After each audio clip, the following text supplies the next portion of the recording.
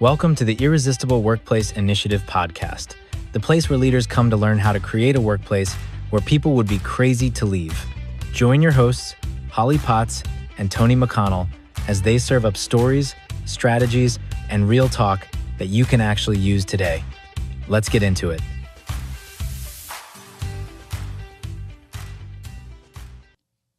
All right.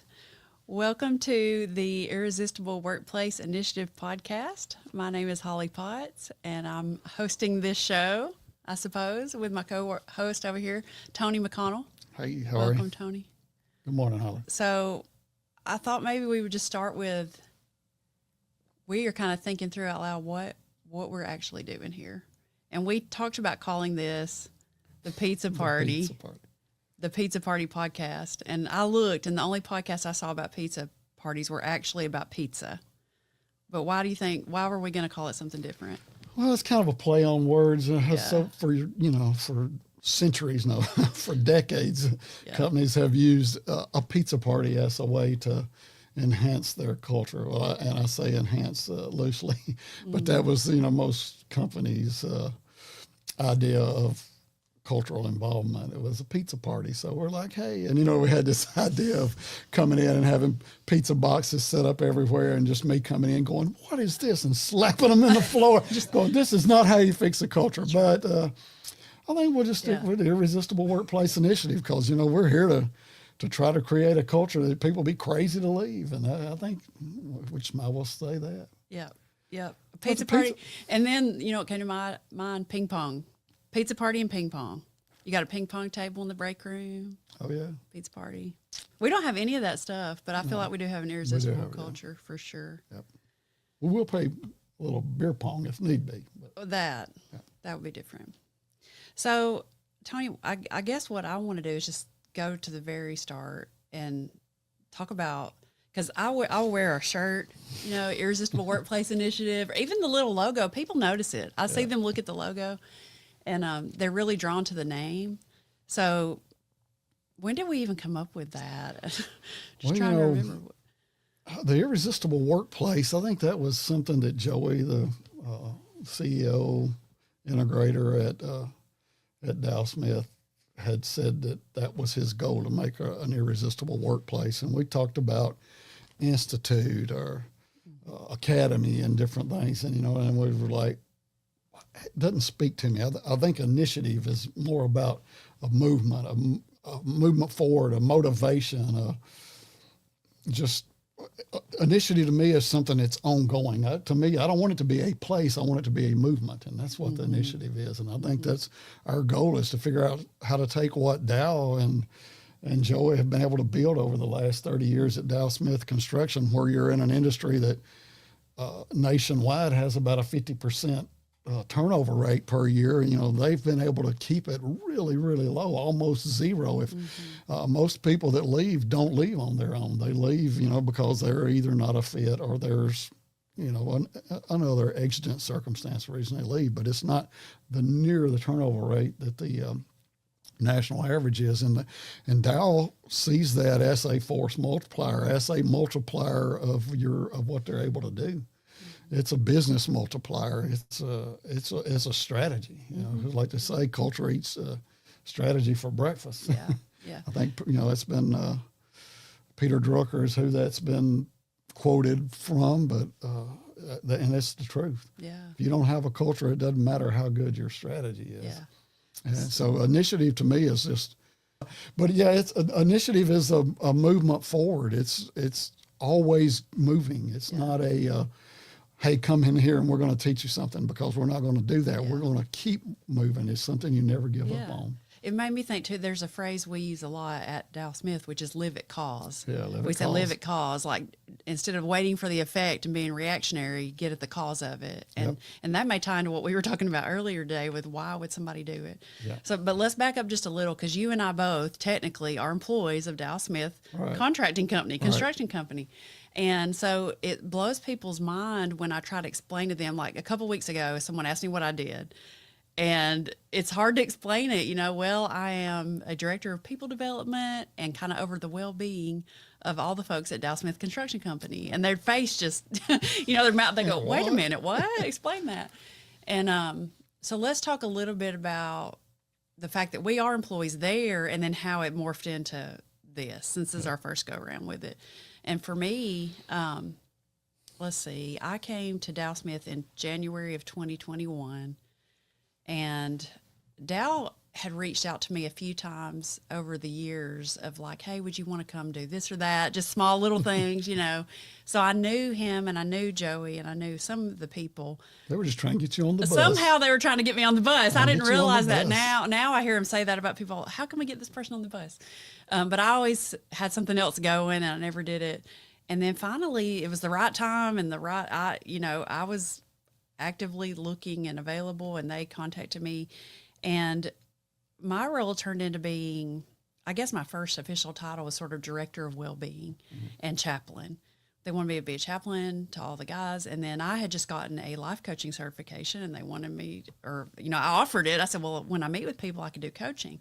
Well, why not? Dow said, I'll be your first client. And that was very intimidating to me. It was my first coaching session right after getting certified was him. And, but he's the easiest person I've ever coached. He comes in prepared. He's like, he goes, here's what I want to talk about today. And I'm like, go, I'll listen.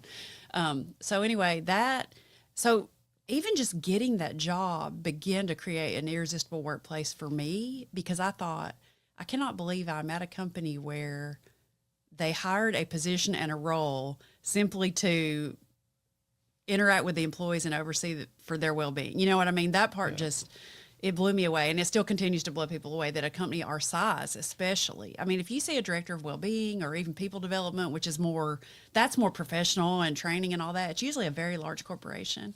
So they said, we've got this, small to moving toward medium-sized company, and we're going to invest a full-time position in this role. So that made it, for me, I was like, is this even a job? It's a dream to get to do it. Yeah. So that was my number one. It was irresistible. And then let's go to you, because I think that the conversation probably started the same way. Yeah, it did. Shauna, my wife's the CFO there, and she started in 2012 when they were about a 8-person company. Wow. An 8-person company in a different building, and their revenue was considerably lower than it is now. And we weren't married. We were dating at the time. And when she got hired, I was in Afghanistan. I was running 2 airfields, battalion commander in Afghanistan, and came back and met Dow and Joey, and have been friends and acquaintances with them for a long time, and finished up my career in 2017. And, there's been talk at different times of, hey, we need to figure out how to get Tony over there. But I didn't really want to work where my wife worked. Right. I didn't want to. Yeah. And she definitely didn't want me working there, because she knew I was hard to manage. Like Dow says a lot, the reason he's in business for himself, because nobody else would hire him. Yeah, was it? He says, I'm unemployable. I'm unemployable, whatever. that's right. Yeah. I kind of feel like I'm the same way. But anyway, I retired, had a couple of jobs, and had what I thought was my dream job, flying helicopters at a company, and something that I had thought would be a good follow-on for my military career. And it had its advantages, but the culture at the base that I worked at was horrible. Okay. And the turnover rate there has been tremendous. I don't even know how they stay in business. The turnover rate is 50% of the pilots every year, just about, since I've been there, or since I was just in that year and a half that I worked there, it was about a 50% turnover. And since I've been gone in just a few years, they've had, out of the 4 pilot positions, those positions have all been filled 3 times. Mm-hmm. So, I mean, that's a lot of turnover, and it was all culture. And that's kind of, and once Dow started talking about, but I got involved with Dow because I knew a lot about training. I was, one of my things was training. And my first in with Dow was training as a training coordinator, just as a part-time. Mm-hmm. When they came up with the Dow Smith way through the EOS system, and I would go out and train the employees, just 3 or 4 at a time, sitting around lunch at Toots or something, and talk about it, just one-on-one. So you had seen, two things kind of came together for me there. One is when you left the other job, you knew the culture. You didn't want to be a part of it. You were just like, I'm done. I'd love to go deeper than that maybe a little bit. But on the flip side, what had you seen from the outside looking in, being married to Shauna, kind of knowing Dow and Joey, that you knew the culture there was a little different? Oh yeah, just just some of the things that they did even before you came along, just with helping people. And Gary, who was one of the partners, Gary Grisham, he really was big on pushing for training people and helping people level up. And even with a small company, as they were growing, at the time, like I said, in 2012, they were around 7, 8 employees, and now they're in almost 40 employees and been close to 40, and it sort of bumped around that for a little while. But that's a huge jump in a short amount of time, and their revenue has also done the same thing. It's went up 10 times what it was, in 2012 when I first became aware of the Dow Smith Company. Yeah. And so there's a lot of right things going on. Are they right with everything? Probably not. Nobody is, but they are intentional with it. And that's what we always talk about. We tell people to be intentional, be curious, be intentional. Right. And I think Dow has always done that. He's always thought about making himself better. And all the leaders there, Joey, and even have pushed Shauna, outside her box to be better. And they invest in their people, and have, and not just in their leadership, they invest in everybody, and they want to make sure that everybody's voice is heard. And I've really, as they started doing surveys and so forth, and not just doing a survey, doing a survey is a culture killer if you don't do something about it. Yes. Worst thing you can do is ask somebody what they think and then never do anything about it. Yeah. So they've been very proactive in that. Yeah. Well, I was definitely on the other side of the conversation before you were getting recruited, right? We knew here's Tony, here's the Colonel, I mean, seriously, and all the gifts and experience, and man, way overqualified. You're way overqualified to come to us. Yeah. But being that you were looking at, do I really retire or what I want to do? You had that flexibility, and you've brought what you've brought your experience with you, and it made us better already. And so you've gotten to do a lot of different things, for us. And then I think when we made the shift to IWI, the Irresistible Workplace Initiative, it was, how can Tony help us implement this business model, really, which was born out of a vision. And I'll try to say it, help me, correct me if I'm wrong, but the vision was for Dow Smith Company in 10 years' time to impact 1,000 members of an Irresistible Workplace Initiative. Yeah, get them. Yeah. And, it started out as having a thriving culture. A thriving culture, yeah. That was our name, it was thriving culture. Yeah. That was our initial start was a thriving culture. And we tossed around the word institute a little bit, like you said. Is it some sort of institute? I remember when he came with the vision, he's like, I have this idea for I don't know, maybe an institution where it's like learning and it's all these things. Yeah. And I think you pulled it together with the word initiative. Yeah. And then Joey came in with, well, how can it be irresistible? Like what we knew, even you and I had experienced very little turnover at all. And it's like, how can we help other people, especially if it's happening in the trades and construction? Yeah. If you find a small company that's able to have a healthy culture and hang on to people the way Dow Smith Company has, like that message needs to go beyond, our borders a little bit, but beyond our walls. We sort of use, the trades as our benchmark. We're like, if we can impact the trades, we can almost impact anybody. Yes. If we can make a thriving culture in a trades-based organization, then surely we can do it in a nonprofit, in a church setting, in a professional setting. And right now, we have clients and members of our initiative that are all over the board. We have trades, we have churches, we have nonprofits, we have athletics, college athletics. Yes.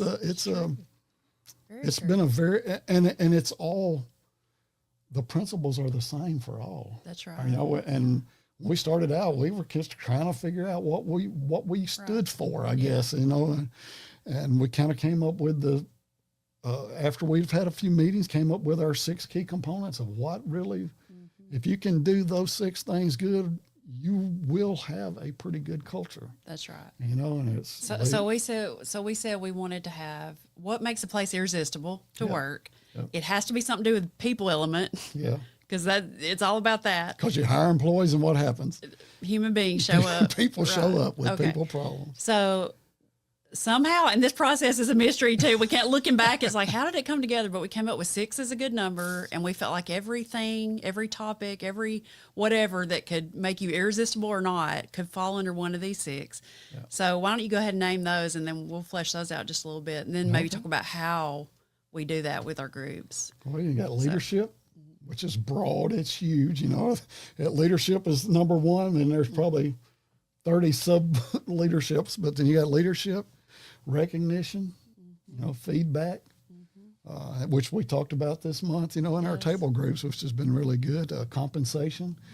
And then we have balance and then growth, not growth as the organization, but growth as, the people's ability to grow either, laterally or whatever within the organization. An individual's growth for sure. So 6 things again, let's see if I can name it after you just did off the top of my head. Leadership, recognition, feedback, balance, growth, and compensation. Yep. So those are great. Okay. 6 broad things. Do you think, I know leadership is sort of, everything can fall under that. As the leader goes, so does the company. Yeah, the culture of the organization. Can any one of those stand on its own or need to be pulled out, or how does that work together? Like, is there anyone that's different than the others or more important than the others? My favorite saying of that is like love and marriage. You can't have one without the other. The old, you can't have one without the other. I think they all revolve around each other. It's a non-linear approach, and you have to have them all. Yeah. I do think that compensation, we talk about which one will kill it quick, is if the compensation isn't ethical and isn't fair and people's basic needs aren't met. And compensation, I mean, not just pay. Yeah. Is it time off, pay, insurance, flexibility, that all, if that base isn't there, then the other 5 don't really matter. That's right. But if you're, and most companies that are worried about the others are also doing the right thing in compensation. Yeah. But so I would say that if the compensation one isn't at least meeting the basic needs, just in like the hierarchy of needs, if it doesn't meet the basic needs of the team members and employees, then the others are not going to help you. Yes. But then leadership, if you don't have leaders that are committed to this and that are curious, one of my favorite sayings about culture is, curiosity will kill the cat, but it will save your culture. That's one thing that I try to preach all the time is make sure you're curious about your culture. So. Right. You can't be afraid to dig in. I think, maybe jumping ahead a little bit, but that's one of the things that maybe people hesitate to get involved with what we're doing. Because they don't want to know. Right. It's a fearful thing to go, what if I find out there's something that really needs to change? But like you said, curiosity can really save it. And if you come at it out of curiosity, that's a way to approach it that's fair. Yeah. It's we sort of put together this little ebook that's on our website, and there was a statement in there I wanted to read and ask you about because, I don't know, it just really resonates with me. But it says, we name the 6 components, and then we say, together these form the foundation of a workplace that is not only productive, but profoundly human. And I wanted to ask, what does that mean? Not only productive, but profoundly human. I was thinking about that today as I was reading that, and I knew you were going to ask me about it because you've asked me about it many times, and I'll never have a great answer. And the problem is I usually don't have the same answer. That's okay. A lot of ways of coming at it.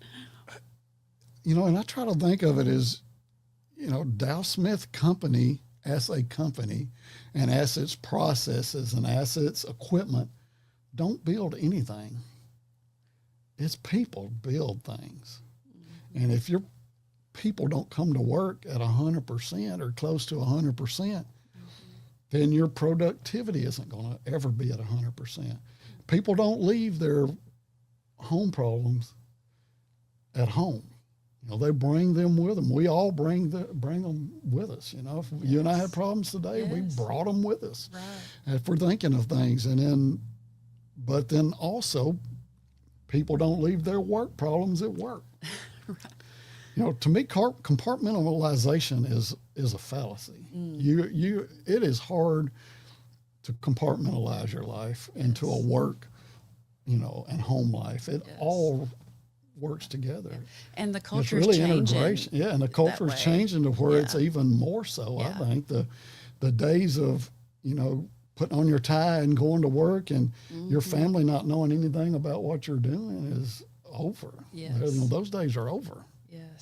Yes. Or not, like you said, not taking those issues to work with you. Yeah. You know, I can see 30 years ago, maybe somebody goes to work and whatever is going on can get handled later, but because of technology and everything else, you can be ordering plane tickets for something you need to do, or you know, there's people are multitasking all the time, and their two worlds are colliding all the time.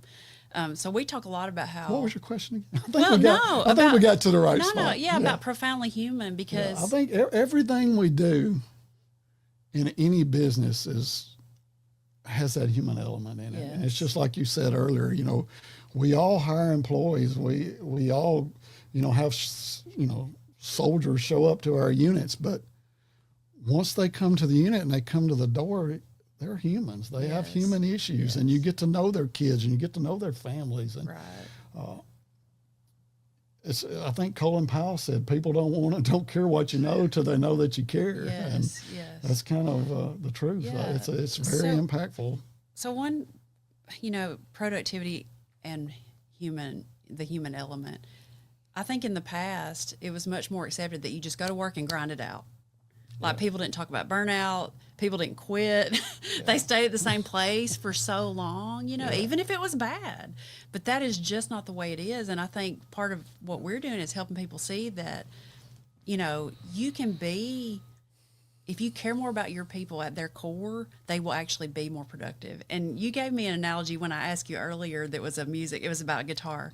And I said, does creativity and productivity work together? Because I feel like if I'm just producing and grinding it all the time, my creative side doesn't I have to pull away to get creative if I'm just working on the work. And so you gave me a great illustration about something you heard about a guy on his guitar, and we talk guitars a lot. So. I was watching a video because I'm always shopping for another guitar like I need another guitar. Sorry, Sean. I was watching Jason Isbell, who has two new guitars that Martin are putting out that are a copy of a 1940s guitar that he used to record his latest album, Foxes in the Snow. He plays, it's him and this one guitar throughout the whole thing. And he talked about the guitar and how nice it is and how, you know, how he can be mad at a guitar if it doesn't, you know, just play good and so forth. I read a article with him one time, and somebody asked him what guitar are you playing now? And he says, well, it's the guitar that it's closest to me, unless I'm mad at that one that day. So, you know, and unless you play guitar, you really probably don't understand that. But there are times, and you've seen me get mad at a guitar and have to get another one. But So what happens if that string doesn't stay in tune, or that every time you hit a note on that, it kills your creativeness because you're thinking about the technical side. And that's what in the promo video, Jason says that he loves a guitar that he picks up and doesn't have to think anything about the technical. It just plays good and it feels good, and it's natural. It's an extension of his fingers, an extension of his soul, where that his brain can think about nothing but the creative side. Yes.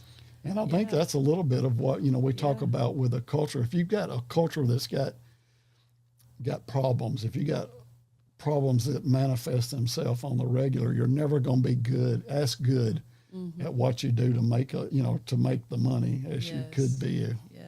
Yeah. You said when you write a certain song, there's a certain guitar you go for because it's the easy. It's not your favorite, but it's the easiest to play. That's right. Yeah, it's a Fender Mustang. You know, it's probably the cheapest guitar I have, and it's just one that I like to play. And you can write songs. You can write songs because you're not having to worry about what you might be mad at. Yeah. And I think that when you told me that story, I just loved it because it made a perfect analogy for me to think, why are we doing what we're doing? Yeah. Is if people come in, like you say, imagine a guitar neck with the frets. Every fret stands for a portion of a person's life. It's part of a whole, right? Yeah. You can't pull the first fret out of the guitar. It's part of it. And so you can't, people have financial stuff going on. They have relational stuff going on, maybe parenting, maybe taking care of parents, all the things a person is juggling that you can't separate that from your humanity when you show up at work. Right. And so how do you think the work we're doing makes a difference for the everyday person? Let's just say at Dow Smith, for example, because that's where we're practicing this the most. I mean, that's what I think sets us apart from a lot of consultancies and so forth is we're really not, I don't consider myself a consultant, like even on our website, we just put coaches. We're cultural coaches, and that's what we do. I met with a couple people in the last few days, members, and we just talk about things. And because I don't have the answers, most people have the answers. You just got to help them work it out. I think what makes us different though is that we're still actively participating. We're still actively participating in the process of keeping a organization's culture, a growing organization's culture, as close to perfect as we can get. We're never going to be perfect because it's a people thing, and people aren't perfect. We're all flawed.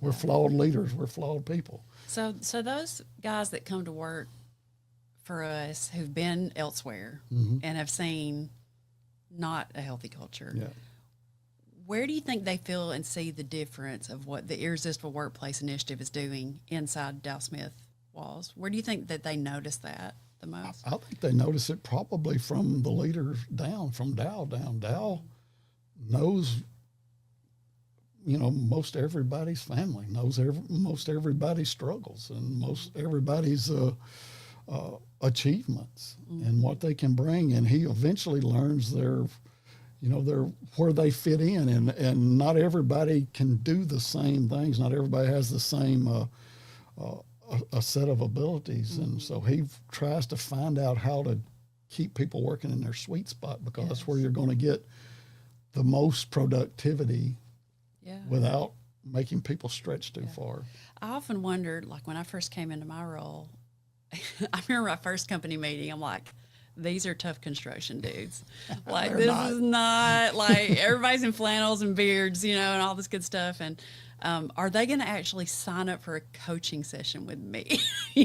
Are they going to come and be like, I'm going to sit one-on-one and talk about my life with someone? Now, it's not counseling. It's not that. And we do help provide counseling for people that need it, for sure. I had 30% of the company in about 30% of the company in a financial peace class, my first financial peace class. That's right. Because if people are coming to work worried about their finances, it's going to be on their mind. So why can we not help them as a workplace, give them some tools and, support them through it? So I think that was one thing right off the bat too, where it's like, wait a minute, I'm an actual individual in this larger thing where someone cares about me enough to say I can take, like, it's company time literally to go do a coaching session and work through maybe other issues in my life, whether it's financial or physical health or whatever. I mean, I think that was, some people have come in and said, y'all do that, okay. And maybe hesitant, but then once they realize what it is, it's real helpful. Because then they can get that off their mind. They can come up with a plan and go back to work. And it's not still just hanging. Usually you feel lighter. You should feel lighter after a coaching session, like, okay, I know where I'm going to go next, And that's one of the things you're talking about, people coming in and asking the questions. That's the one thing with our table groups, we have with the diverse set of people that we have. There's and then we say problems, but they're not really always problems. There's opportunities, and then there's also things that we need to sustain, and the guys are bringing in things that they're doing that are successes, and we're all learning from each other's successes, not just from each other, probably learning more from each other's successes. And what blows my mind is, we'll go in and we'll have our 4-hour day with everybody, and we come back the next day, and everybody comes in and goes, hey, I tried this. I put this at the bottom of my the bottom of my email saying, you don't have to answer this just because I sent it. Right, we've had some really good, really good things. In fact, we all learn. You and I, we take things back to Dow Smith that we learn from our clients. So let's describe this for a minute. So somebody's listening to this for the first time. So the initiative really started within Dow Smith, and it's still maintaining within Dow Smith to go like, how are we trying to keep that culture strong and care about those people? And then now we've got to share this. It's sort of spilled over. Yeah. And we've created, we have 2 currently table groups meeting. Describe as you would, like, what is that day like? What is that group of people? What is the purpose of that? Okay. Yeah, well, we started, with inviting a lot of people, about 40 people to a breakfast over at Holley on Main, one of our favorite places. Yeah. And had a breakfast there last December and just walked in there and talked about the importance of culture and how culture isn't fluff. Culture is it's no fluff.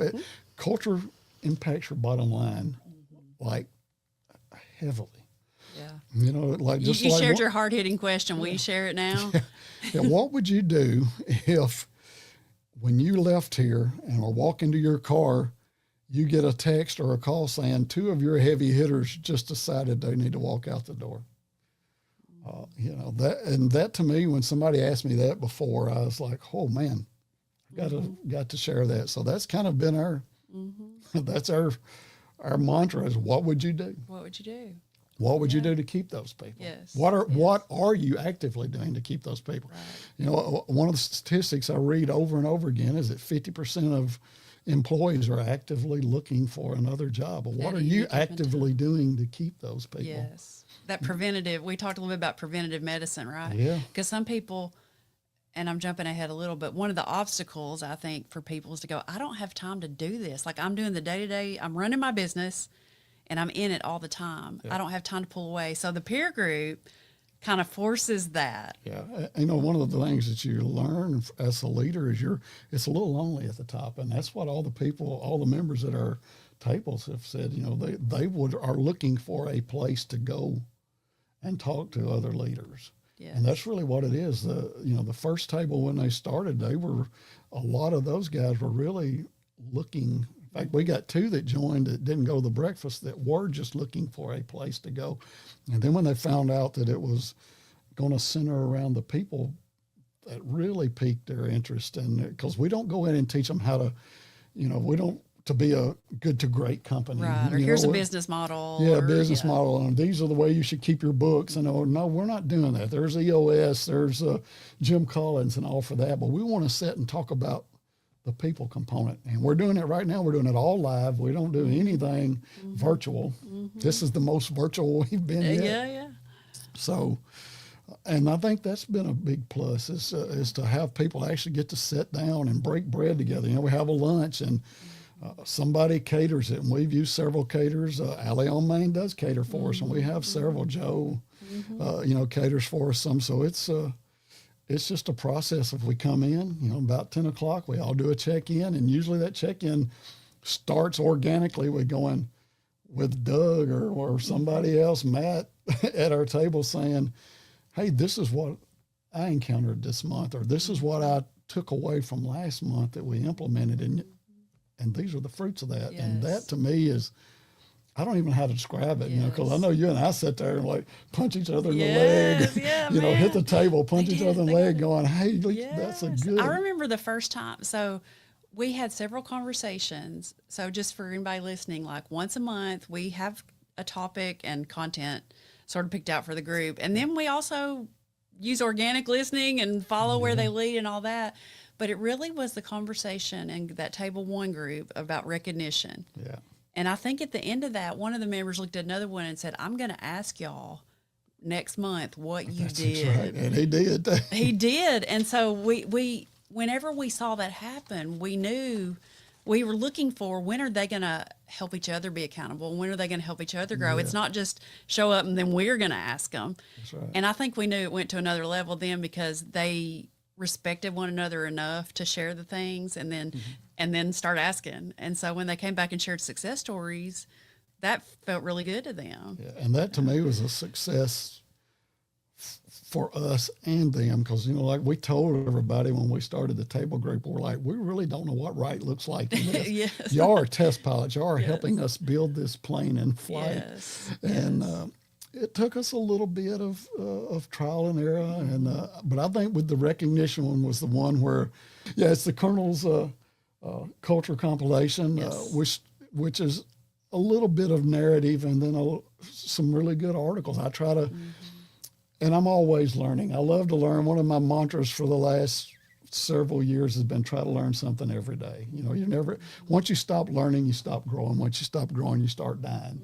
It's kind of, somebody asked me one time, when do you stop growing or stop learning?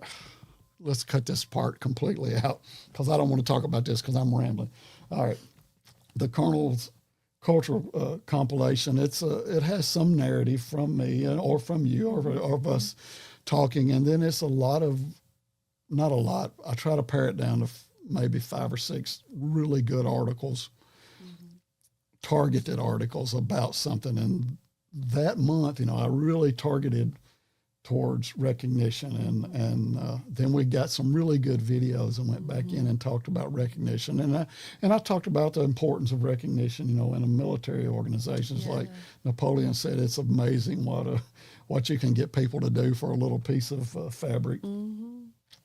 So we talked about some of my experiences with that, and talked about how it had evolved at Dow Smith, and we had Emily come in, talk about how she had taken some ideas and made it a really good, something people look forward to. Like you said, you got guys that are like, I got to be there because it's the anniversary, so I got to be there and get my recognition. But that was the day where we saw that having a targeted newsletter sent out a couple weeks in advance with the topics, with pretty deep dive articles, and then sending out targeted messages through our group me and emails to our table members, and people just being ready when they got there. And they were ready, because one thing that surprised me, that was that topic on recognition that we did with Table 1 that first time, because I know we're going to revisit it. Yeah. We heard people share some hard things like, well, I was never recognized growing up. Yeah. Like I never got that kind of feedback from my parents or whatever. So it went much deeper of what is it, you know, how we're being shaped as a leader. Yeah, it goes pretty deep. Well, and that goes to a topic that we're going to broach soon is the multi-generational workplace now, because this is like, I think I read something recently said that there are more generations working in one company at a time than there ever have been. Wow. You know, there's multiple, you know, there's generations older than mine, all the way down to whatever they're called now. I don't know. You know, I'm in that weird generation there, I guess Gen X is where Gen X, me too.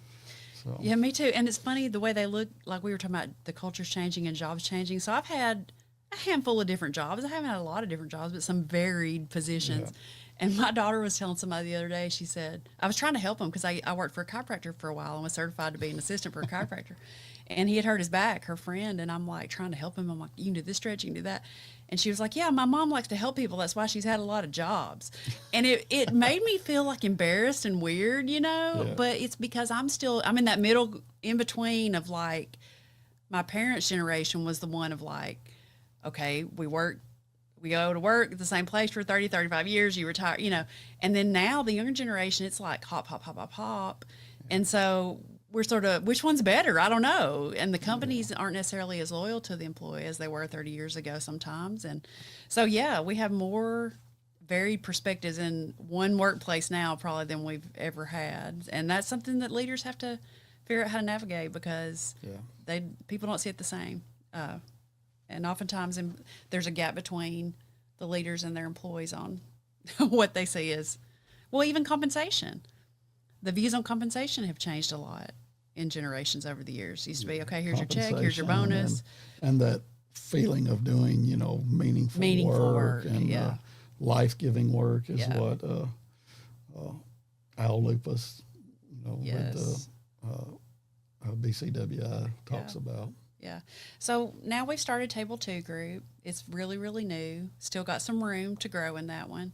And it's our most diverse, too. Oh, man. As far diverse as group. Work, as workplaces. They plunged right in on day one and came back with stuff they had already changed, on month 2.